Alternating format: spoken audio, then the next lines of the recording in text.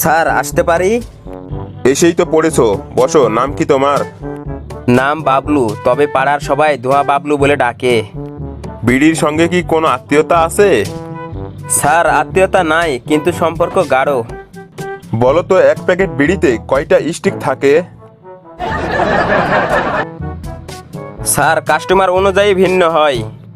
দোকানদারের জন্য 25টা, বড়লোকের জন্য 20টা, গরিবের জন্য 15টা, আর আমার জন্য? তোমার জন্য কত? আমার জন্য একটা, সেটাও ধার করা।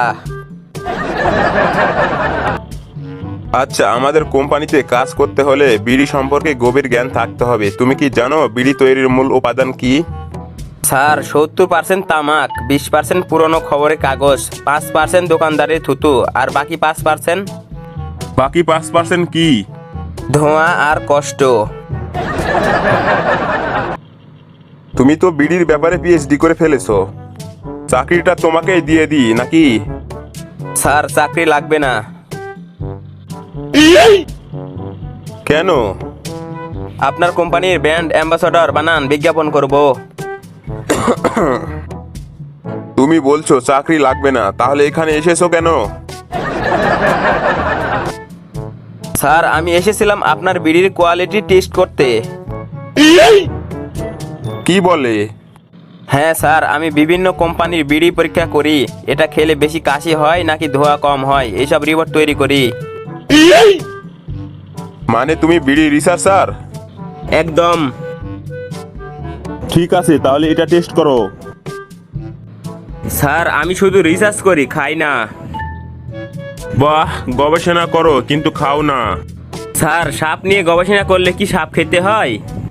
ঠিক আছে, তুমি আমাদের ব্র্যান্ড অ্যাম্বাসাডর হিসেবে নিয়োগ পেলে। স্যার আপনাদের বিজ্ঞাপন হবে কিভাবে? তুমি বলো কিভাবে করলে ভালো হয়। বিড়ি খাওয়া স্বাস্থ্যের জন্য ক্ষতিকর, তাই সবাই বিড়ি ছাড়ুন আর আমাদের কোম্পানির বিজ্ঞাপন দেখুন। বাহ, আমার নিজের একটা ডেস্ক, এখন তো ভাব নিয়ে কাজ করা লাগবে। বাবলু ভাই, আপনাকে নতুন দায়িত্ব দেওয়া হয়েছে। বাহ, কি দায়িত্ব? নতুন বিজ্ঞাপন শুট? না, এই ব্যাগ ভর্তি বিড়ি এক প্যাকেটে গুনে গুনে 20টা করে ঢোকাতে হবে। এটা কি কও? আমি তো ব্র্যান্ড অ্যাম্বাসাডর। কোম্পানিতে নতুন আসছো, সবাইকে শুরুতে বিড়ি গুনতে হয়। স্যার আমি ব্র্যান্ড অ্যাম্বাসাডর নাকি বিড়ি গণনাকারী?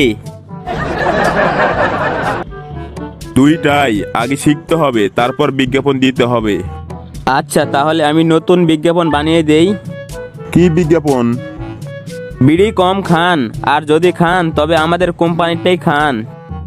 Light camera action. বিড়ি শুধু একটা ধোঁয়া নয়, এটা আবেগ, এটা ভালোবাসা। আর এই আবেগই ফুসফুস শেষ করে দেয়। এই তুমি কি বললে? স্যার সত্য কথাই তো বললাম। বাবলু, তুমি কোম্পানির নীতি অনুযায়ী কথা বলনি, তাই আমরা সিদ্ধান্ত নিয়েছি তোমাকে আমাদের কোম্পানির বিড়ি বিরোধী সচেতনতা প্রচার দলের হেড বানানো হবে। মানে কি? মানে তুমি যত বিড়ির খারাপ দিক বলবে, মানুষ তত বিড়ি নিয়ে ভাববে, আর তাতে আমাদের বিক্রি বাড়বে। এবার বুঝলাম স্যার। বাবলু, আমার জন্য একটা ফ্রি প্যাকেট ব্যবস্থা করিস। বিড়ি খাওয়া স্বাস্থ্যের জন্য ক্ষতিকর, কিন্তু কোম্পানির জন্য লাভজনক। বন্ধুরা, এই ভিডিওর পরবর্তী পার্ট দেখতে চাইলে কমেন্ট বক্সে পার্ট 2 লেখো।